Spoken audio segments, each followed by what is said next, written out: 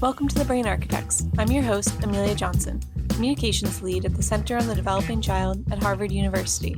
Today we're sharing an adaptation of our recent webinar, Solutions Spotlight, how communities are leading efforts to ensure clean water access.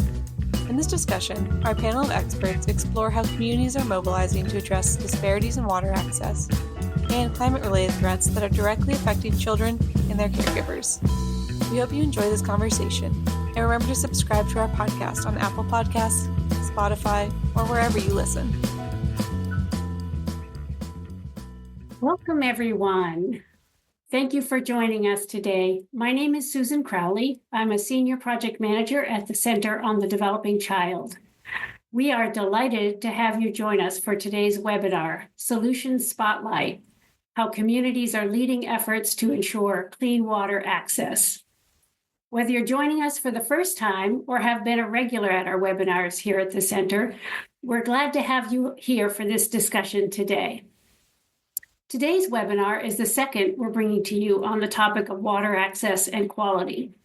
The Early Childhood Scientific Council on Equity and the Environment published a working paper on this topic last year. Our conversation today will focus on strategies to address the challenges many communities face in ensuring clean water access for children and their caregivers. We'll dive into disparities in water access across communities and provide you with specific ideas and resources. We want to thank those of you who submitted questions for our panel when registering for this event. We received some great questions, which we'll be addressing throughout the conversation. Our moderator today is Rebecca Hansen, Director of Communications at the Center on the Developing Child. She's joined today by Dana Eness and Dr. Kealoha Fox. Dana Eness serves as the Executive Director of the Urban Conservancy, a nonprofit based in New Orleans.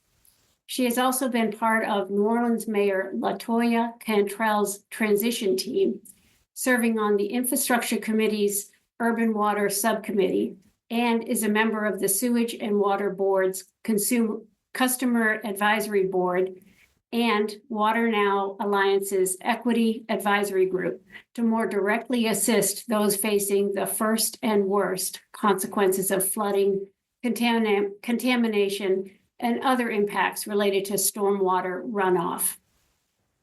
Dr. Kealoha Fox is the Deputy Director of the City and County of Honolulu's Office of Climate Change, Sustainability, and Resiliency, and Deputy Chief Resilience Officer for the island of Oahu, Hawaii. She brings over 20 years of experience in Native Hawaiian health, climate policy, and social health integration, bridging Indigenous innovation with Honolulu's efforts to create a more resilient future. And with that, I'll turn it over to Rebecca to begin our conversation. All right. Thank you, Susan, and welcome to everyone who's joined us here today. I'm really excited to bring you today's conversation with our two panelists, Dana and Kealoha. As a quick note, I am stepping in today for our Chief Science Officer, Dr. Lindsay Burkhart, who was unfortunately unable to join as we originally planned. I know Lindsay really wishes she could be here today, and I will do my best to fill her shoes. So let me start by sharing a little bit more about why we are focusing on the topic of water in today's conversation. So here at the Center on the Developing Child, we are working to shed light on the many ways that early childhood development and lifelong health are shaped by a child's developmental environment. And when we say developmental environment, what we're talking about is the full range of experiences and exposures that our children have in the places where they live, learn, play, and grow. So everything from the air quality in their early care settings to the presence or lack of safe green space in their communities to, responsive, supportive relationships with the adults in their lives. All of these things matter. And what surrounds us quite literally shapes us, including children's developing biological systems. And the influences from the developmental environment can be both positive and negative in the impacts that they have on children. So those influences can fuel healthy development, things like breathing clean air, having access to safe, stable housing and nutritious foods. And those influences can also disrupt development. So things like toxic air from wildfire smoke or exposure to extreme heat during a heat wave. All of our children's developmental environments really have a mix of both positive and negative influences. And water, our focus for today, plays a critical role in the developmental environment in many different ways. So, as we all know, water is essential for life. Our bodies need a near constant supply of water, and its availability and quality are essential for child development and lifelong health. And in the United States, the systems that, were once widely assumed to produce nearly universal, clean, affordable, and trustworthy water have serious gaps and challenges. Additionally, in many places, our freshwater supplies are being threatened by droughts, overuse, and contamination, all of which are made worse by climate change. So, for example, when an extreme rain event leads to flooding, drinking water can be contaminated when standing floodwaters leak into wellheads and percolate into well fields and other groundwater supplies that feed our drinking water systems. Children are particularly sensitive to what's in that water, including contaminants. They consume more water per pound than adults, so they ingest these things at higher doses. Their immune systems are also less developed than those of most adults, and the protective barrier around their rapidly developing brains is still forming, meaning that the toxic chemicals and contaminants are more likely to cross into the brain during pregnancy and early childhood, with potential for lifelong impacts. And in addition to these and other direct impacts on young children's developing biological systems, the increasing frequency and intensity of extreme weather events, like floods and droughts, can have important indirect effects on development. So when these types of events damage housing and infrastructure, families are often displaced, which can lead to major life disruptions in everything from accessing childcare and healthcare to food and other essential services. And caregivers can also be affected by physical injury, or they may suffer the loss of jobs or social support networks, or even a loved one. And these situations and the stressors that they bring can lead to adverse mental health effects for caregivers, including things like anxiety and depression. This can all then impact children's development by affecting a caregiver's ability to provide for a child's basic needs, like food or housing, as well as the daily structure and routine and responsive caregiving that we know is so critical for supporting healthy development. The good news, which is a lot of what we're here to talk about today, is that there are many strategies and actions that we can take to reduce harm and support the health and development of our children. And communities across the country are putting these strategies into place already in all sorts of ways. And so it's great to have Kealoha and Dana join us for this conversation, as they both can really offer some great examples of solutions and strategies that we can implement in our communities to support young children and their caregivers. So I will welcome you both again. We are very excited to be here with you both and learn from you today. Thank you. So I'm going to start with Kealoha. Can you share a little bit more about your work in Hawaii and your recent efforts to ensure children have access to clean and safe water supplies? Aloha, ve'ili nā mai me Kealoha kākou. Aloha me ka ha'aha'a, me ka oia i'o. Thank you so much, Susan and Rebecca. And thank you to Harvard and its Center on the Developing Child and Team Spotlight. I'm really thrilled to be here today, especially with Dana. I can already tell we need much longer than an hour. I wish we could actually host a whole workshop on this. Dana, it's really quite a pleasure to be with you today. And thank you for all of the work that you've done over the years for your communities, as I get to share a little bit about mine. So just as you stated, Rebecca, clean, safe, accessible water here in Hawaii looks different. And it looks different in each and every community and place. And that's really I think always the starting point, that's the foundation, right? Is how do we have that relationship with water in all of its forms and its sources so that we can really understand those functions and the ways that it affects all of us, but especially our children, our youth, right? We refer to them as our keiki, our opio, just a really tremendous part of their life and their growth is situated here in their ability to connect with place and to connect with these resources from a really early age and to build that bond so that their relationship isn't just one of extraction and looking at water as a utility like you might often find in a municipality, but looking at water as really that source of life, just as you mentioned in your introduction. And so in Hawaii, we refer to water in all of its many forms. So vai is our fresh water, kai is our seawater, the alawai is our canals that distribute water throughout neighborhoods from the uplands to the nearshore areas. Our punavai are actually the spring waters where the water is so pure and so clean. You've never tasted something as precious in your whole life as when you're able to go up to the punavai and really take in that, just magical resource yourself.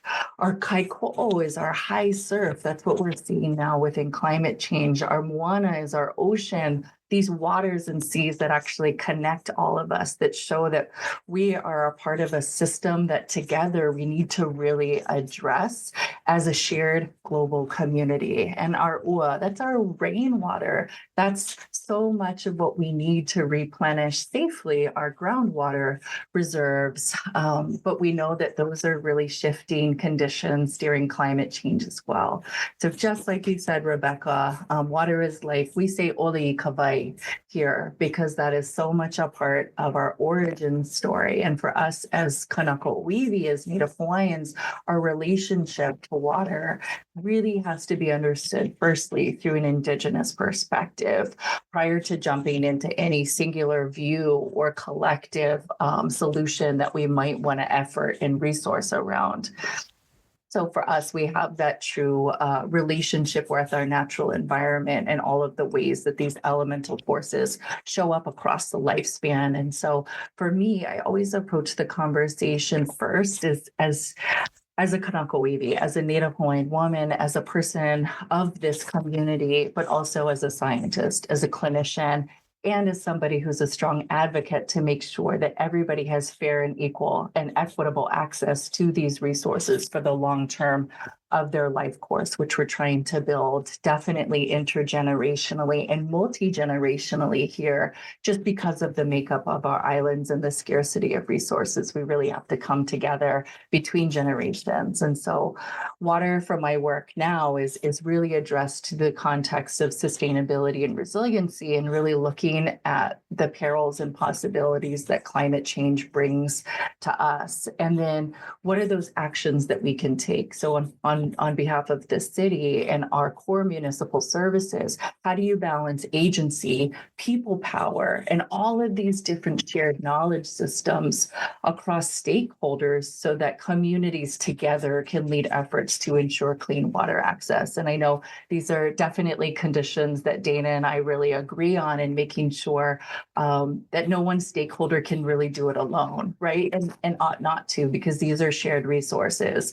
These are these natural and elemental forces in all of their form and functions that really belong to all of us, which also means here that we have a collective responsibility and obligation for their protection, accessibility, safeguarding, if you will. And so I just kind of wanted to start there before I jump into some of more of like the concrete projects and solutions, because I think that worldview and that framing is so important for all of us together today as we step back and we think about what is our role, but then what is our collective role and how do we see water as it relates to the development of our keiki and our rofio and our greatest resource for our people to thrive, which is our children and that next generation. Thank you so much for that. It's really beautiful to hear all those different words and ways of referring to water, within your communities, and really appreciate that collective and communal perspective in terms of the responsibility that we all have in this complex system to get to a sustainable place to have high quality drinking water for all of our communities. So building on that, Dana, I will turn to you next. Can you share a little bit more about your work with the Urban Conservancy and, any ways in particular that relates to supporting young children and their access to drinking water? I certainly can. I don't promise to be as eloquent as Kealoha was. I just was sitting here like, this is my poetry and my motivation for the day and for moving forward, because that was just really beautifully put. So thank you for that.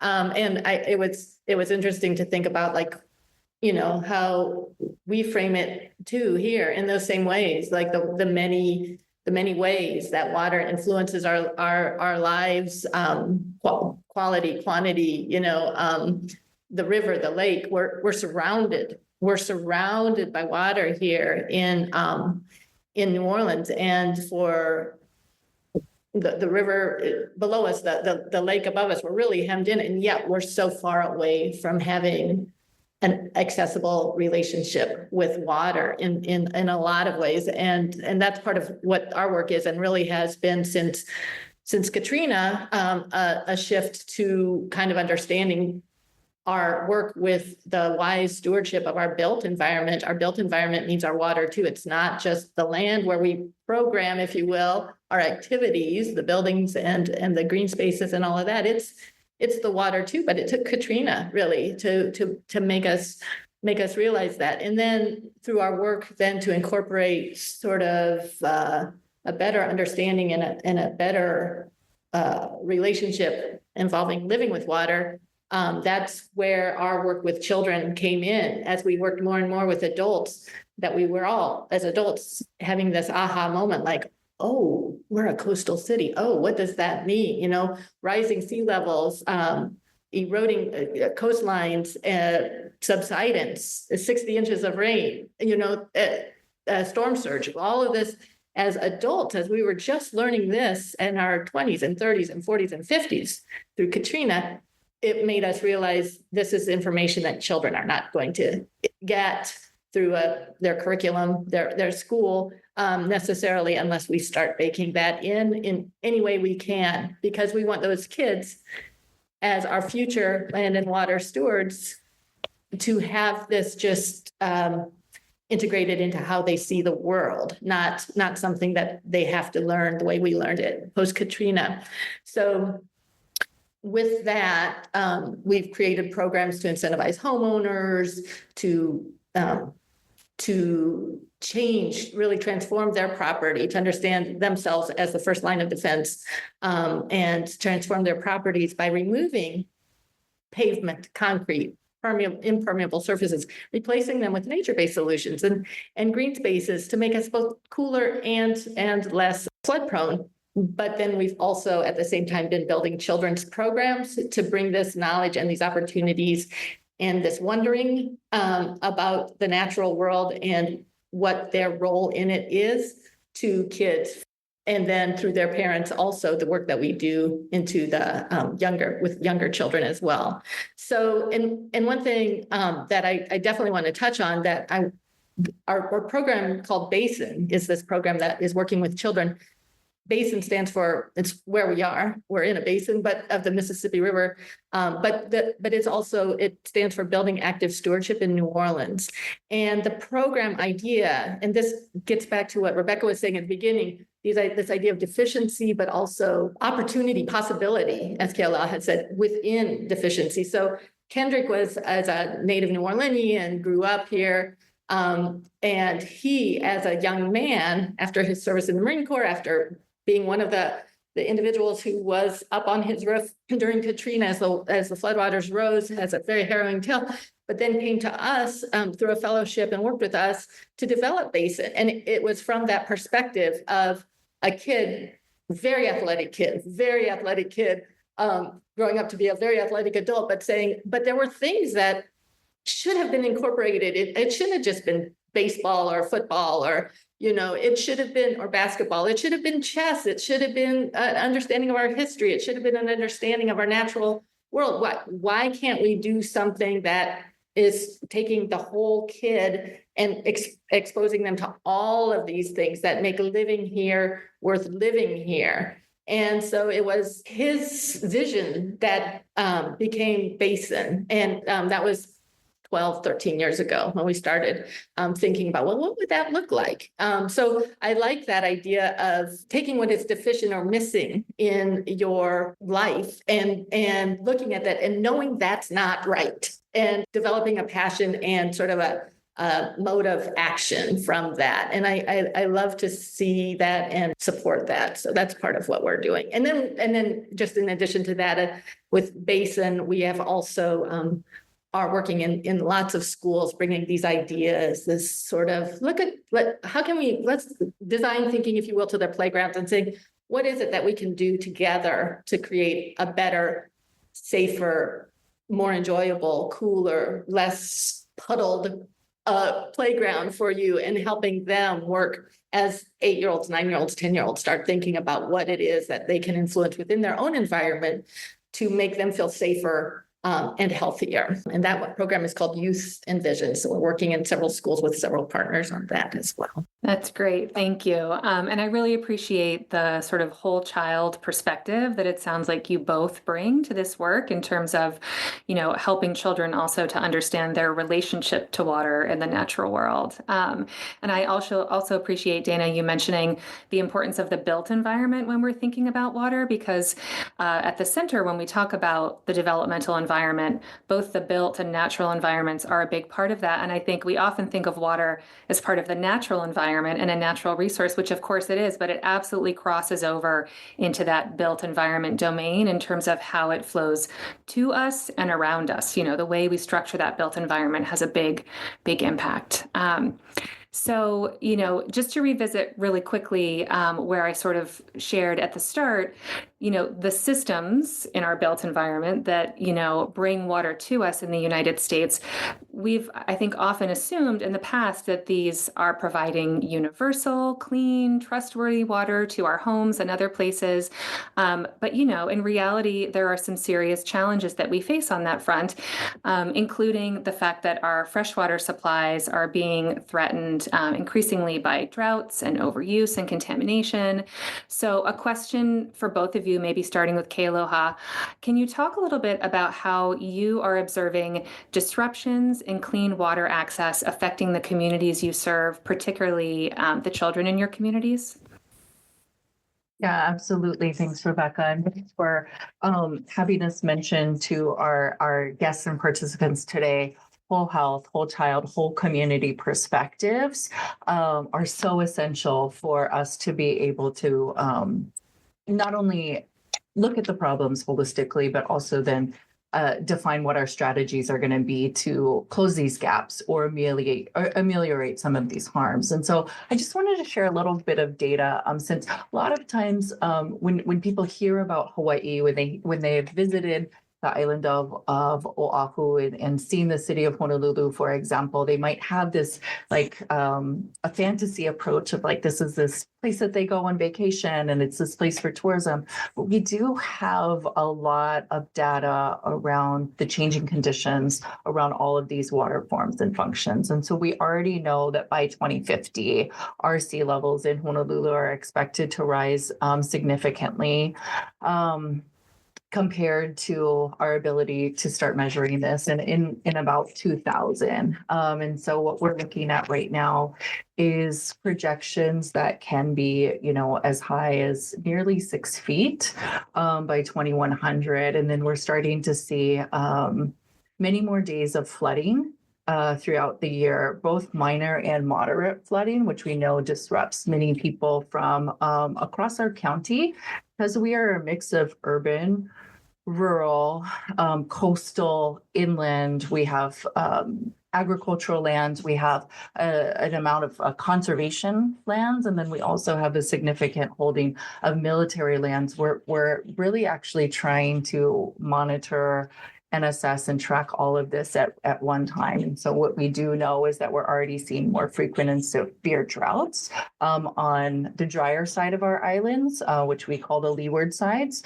We're already seeing an expected precipitation decrease by about 60%. And then our extreme rainfall events are happening, especially in La Nina year events. And so we're going from like these 1 in every 23-year storms to these 1 in every 13-year storms. And then now we're going to see them even more frequently, which Dana in New Orleans is no stranger to either, right? So as the island's deputy chief resilience officer, it's really important, I think, for me to make sure that we're understanding all of these data points and these conditions so that we can make sure that then we're relating that back to the quality of like the human experience and people's ability to live in their homes. Are we going to be able to keep these schools in their, same positions now? Are we going to have to plan and construct our neighborhoods and civil services differently in the future? Yes, and that's already starting. So we've already done surveys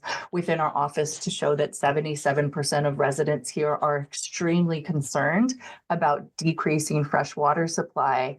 And nearly 3/4 of our residents expect children to be worse off because of climate change impacts in relationship to those shifts in water. What that means for us is we're already seeing high rates of out-migration and internal migration within the islands themselves. And so that already shows us that we're sometimes steps behind what community, what families, what children and their parents and grandparents are experiencing on a lived day-to-day basis, right? And so our policies and our programs actually have to sprint to try to catch up so that we not only just understand these conditions, but then we can try to act and do something about it as sworn, protected, and civil servants. And so one of the areas that I did really want to highlight that we talked a little bit about in the introduction is the disruption to frontline communities. And so as Dana was talking about Basin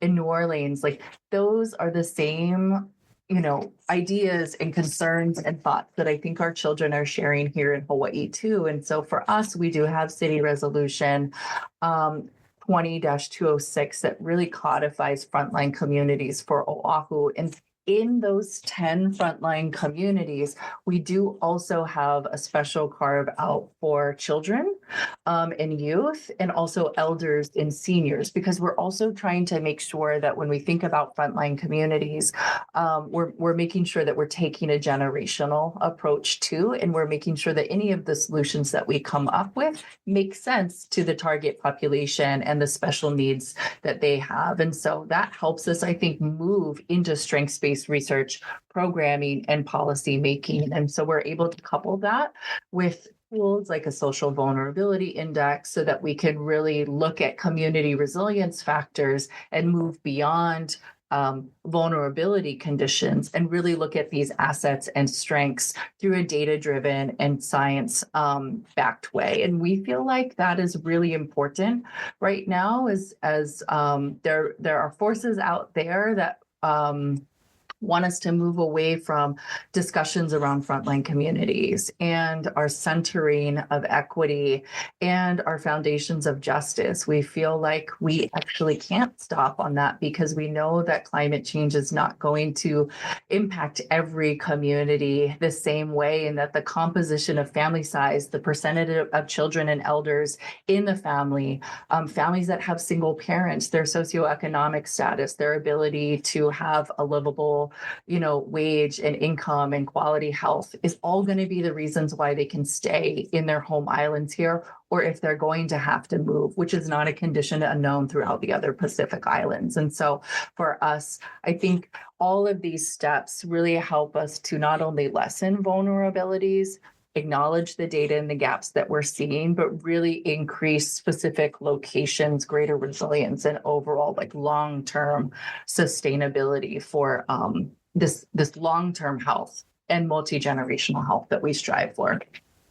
Yeah, thank you. I really appreciate that perspective on the importance of combining the data and the science with the lived experience of your communities to make sure that the solutions that get put into place really meet their needs and their concerns. And Dana, I'll pose the same question to you in terms of sharing a little bit about how you're seeing disruptions in clean water access affecting the communities that you serve and the children who live there.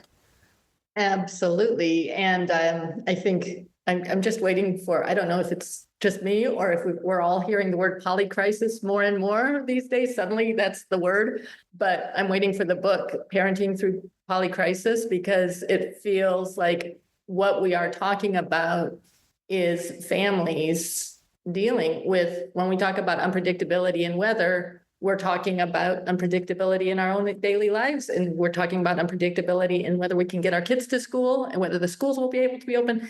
Like whether or not we have a hot boil water advisory in New Orleans, that happens periodically, what that means for our kids. So I think, as we think about this, where we are in New Orleans, is trying to become comfortable with the sort of, I don't want to, it sounds like I'm saying, let's normalize trauma, and I'm not. I'm saying, let's plan for continued disruptions and think about how they're affecting us, including our clean water access. And clean water access, I mean, we can focus on the drinking water piece of it, but for us, that clean water access means so much. It means developing a comfort with water, like knowing you can basically trust the water that is around you and having access to water to develop something other than a kind of a trauma-informed reaction to water. I guess I just want to say, and I mentioned this, in 2010, we did a TEDx NOLA talk down here, and one of the speakers has a presentation called Lido, New Orleans, I think, and he was just talking about how post-Katrina, like a lot of what we have here is trauma around water. And that's intergenerational, that's passed from parent to child, the anxiety around water, stay away, don't touch that. It's also the lack of access doesn't help. We don't have comforting ways to interact with water. So I encourage you, it's old, but it's 6 minutes, and I encourage you to take a look. It's important. But along those lines, it's sort of like, how do we mitigate for those potential disruptions? So there are things that are happening at the city level in partnership with the state, the municipal level, in terms of lead line replacement, that it can reassure parents that water coming into their home, the water coming to the line coming into their home is safe and healthy and regulated and clean. The water that from that last little chunk from the street to their house may not be, depending. We're a 300-year-old city, and those pipe, some of those lines are about that old too. So, a lot of those are lead pipes. So there is a replacement effort underway there. There are things that we're doing, investing in resilience hubs that keep us from having to necessarily evacuate, to shelter in place as safely as we possibly can, where you don't have to worry about disruption to access to clean water and to other things.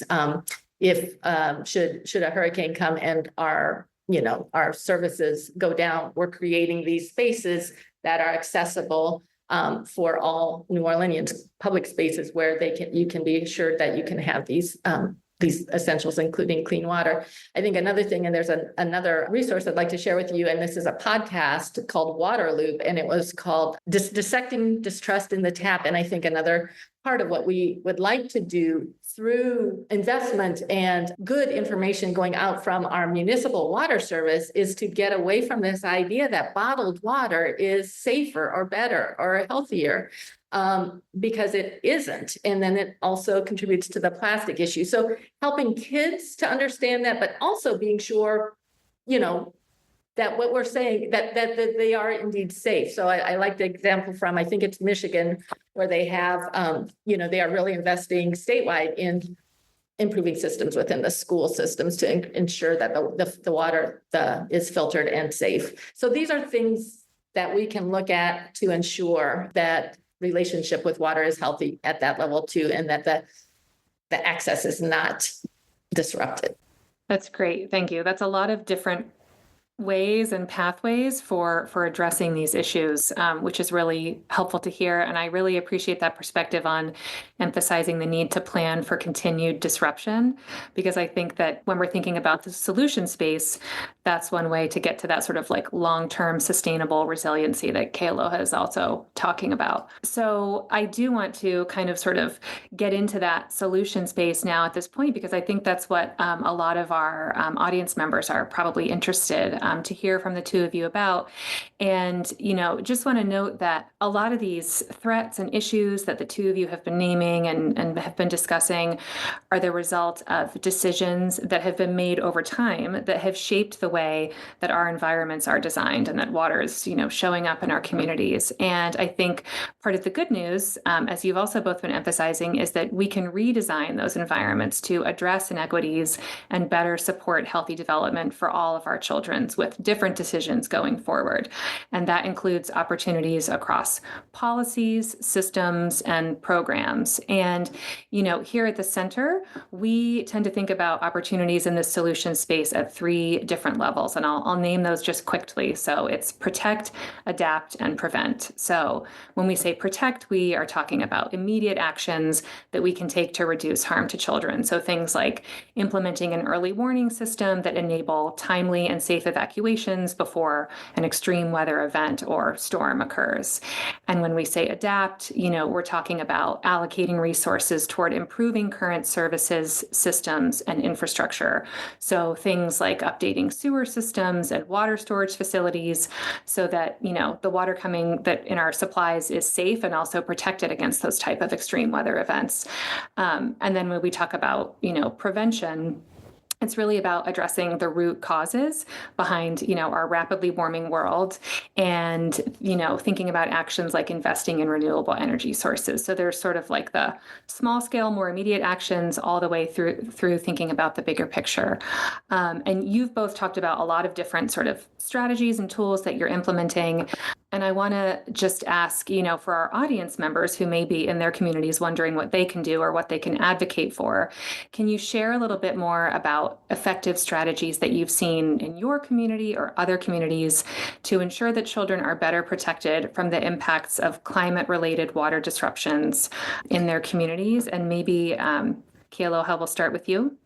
Yeah, thanks, Rebecca. And we have, similarly in our Climate Ready Oahu plan, we also have these, 3 areas of solutions too. So we're really looking at not simply promoting climate adaptation without also addressing climate mitigation. So we know it's too late to stop climate change and its impacts. It's already happening in my community, in Dana's community.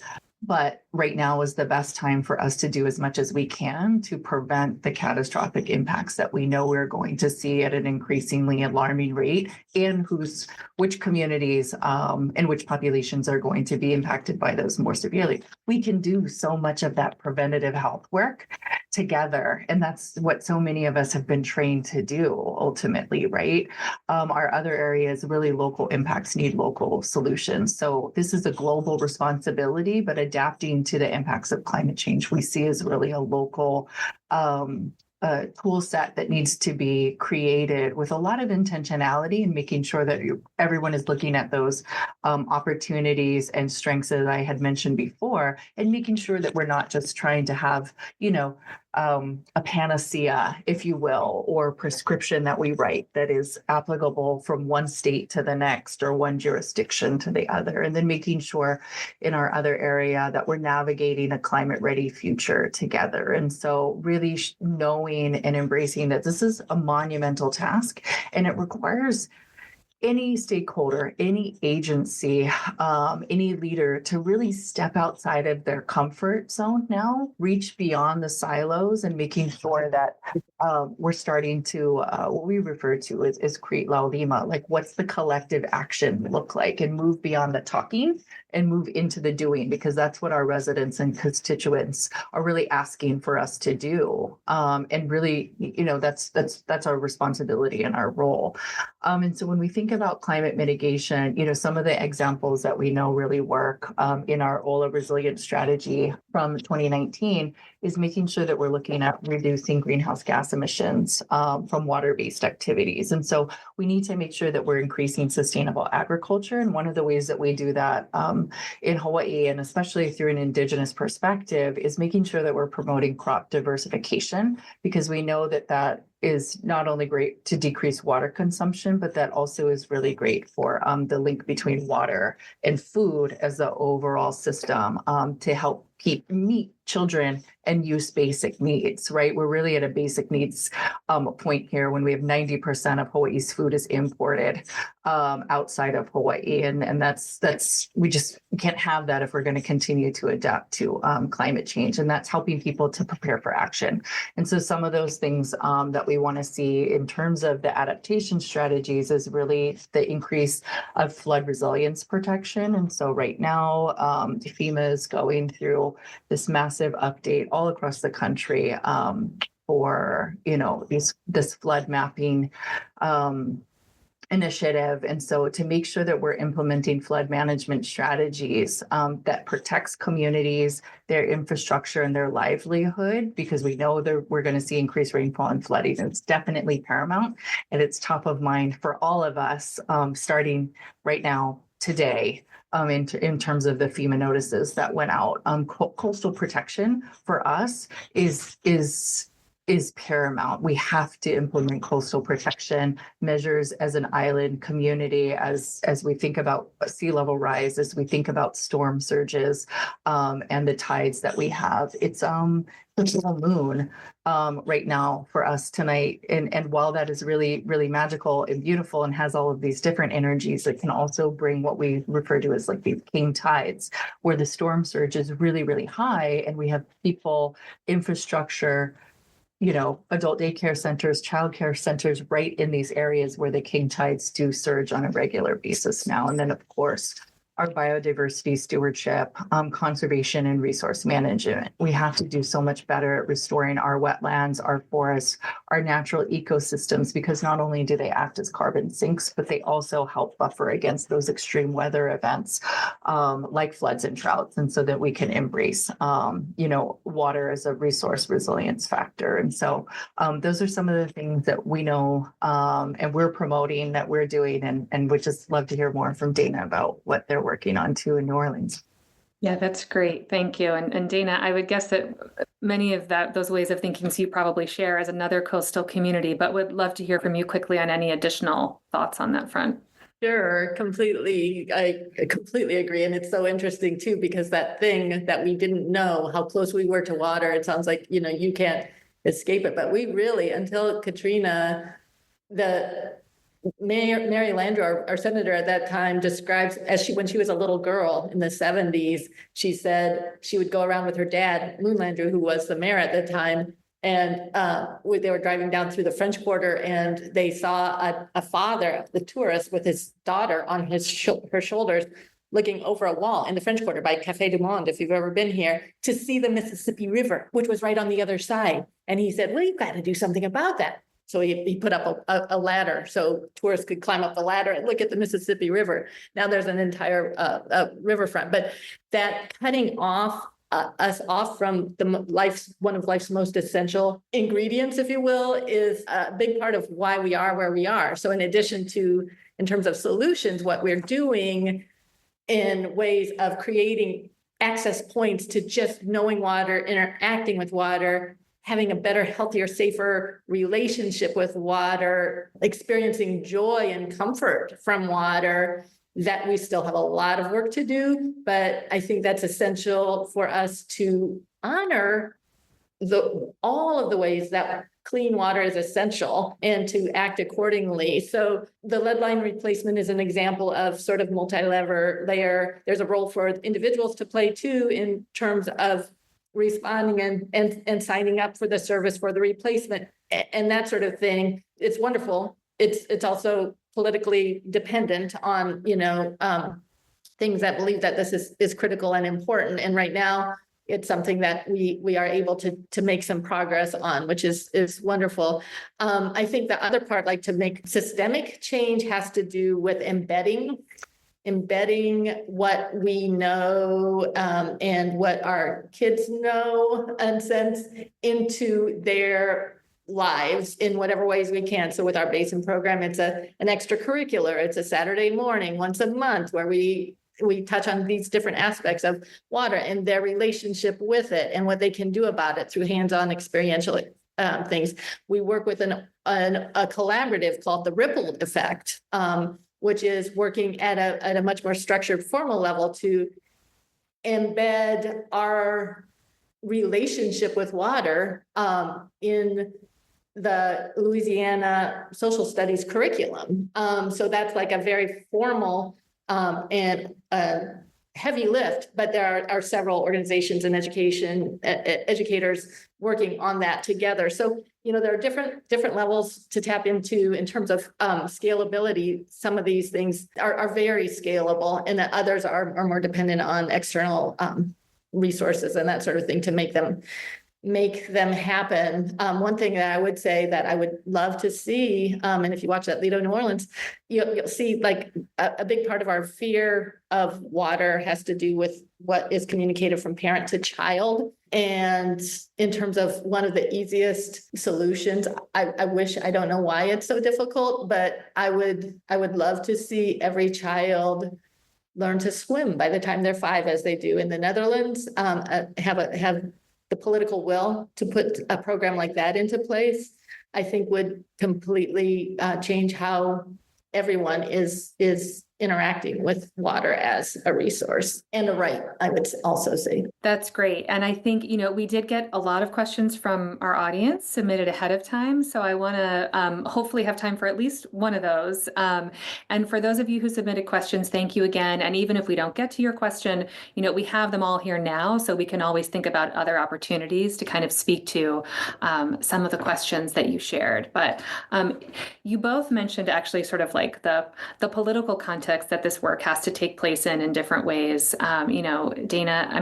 Kealoha thinking in terms of like breaking down silos and moving from talk to action, and Dana in terms of that piece of the political will. And we did get several questions from our audience related to strategies for ensuring that, all children and families can have access to clean water, particularly in this political climate that we're in, which is really sort of changing, every day.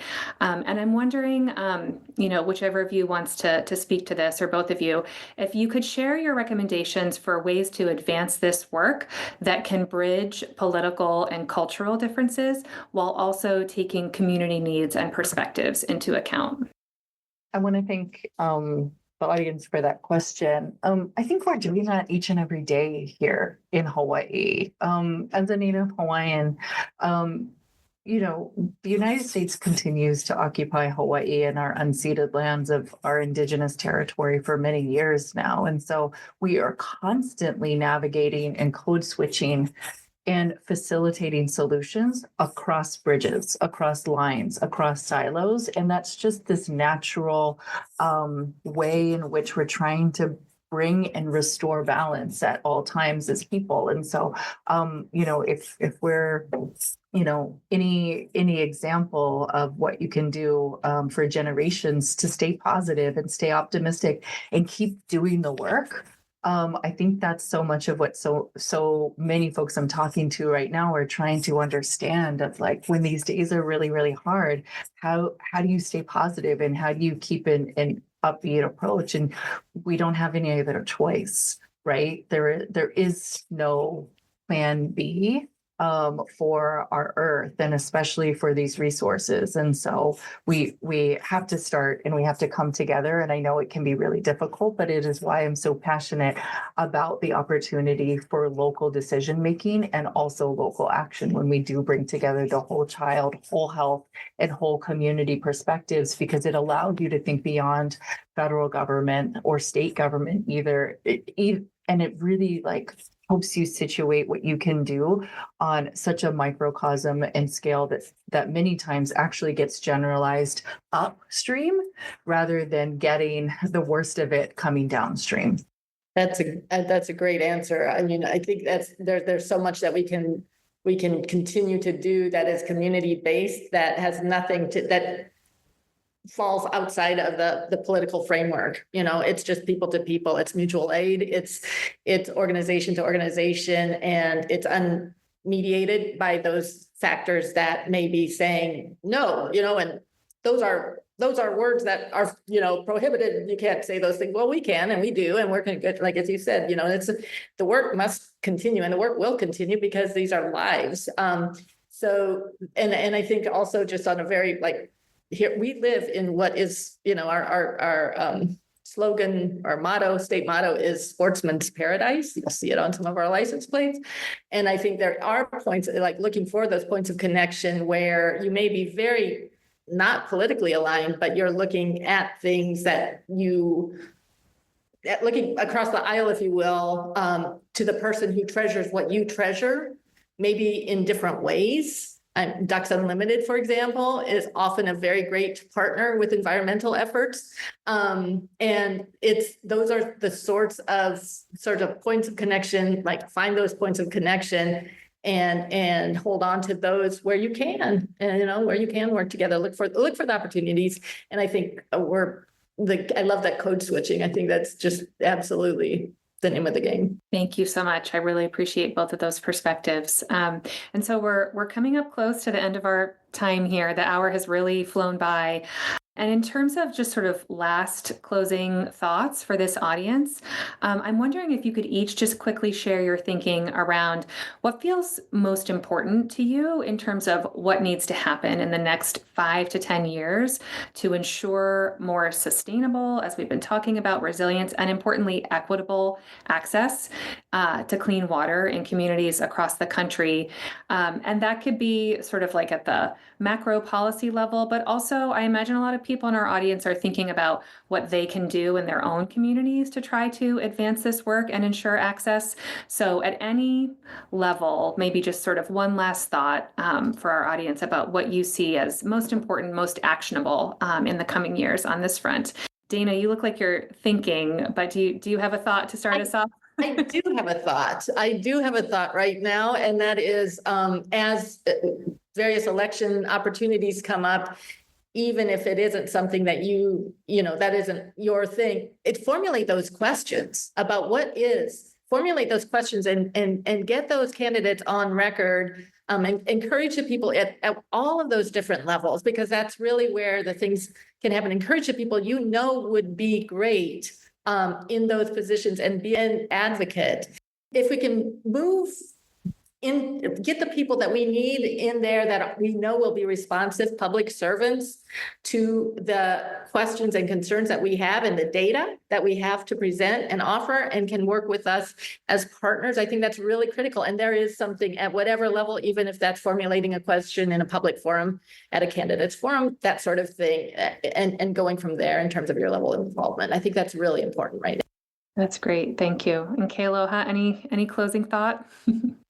I have so many. I think Dana and I could keep going. We could definitely do a part 2. I mean, there's so much that we can do on a small level of making sure that in locations you have access to public drinking water fountains for safe and clean water, promoting the use of refillable, water cups and flasks and all of those things, making sure that that's accessible in every school and childcare facility. I mean, those are things that we just ought to be doing much more of. And I know from being out there and doing field research that it's just not always the case. And it's a little bit harder sometimes to get these actions done, especially when you're trying to replace old drinking fountains in, these aging facilities, right? People tend to think of this as like a luxury and like later on the facilities maintenance list. And I think we come from a camp of saying, no, this is actually a core to how the space in general is even used and created. And we ought to think of it that way.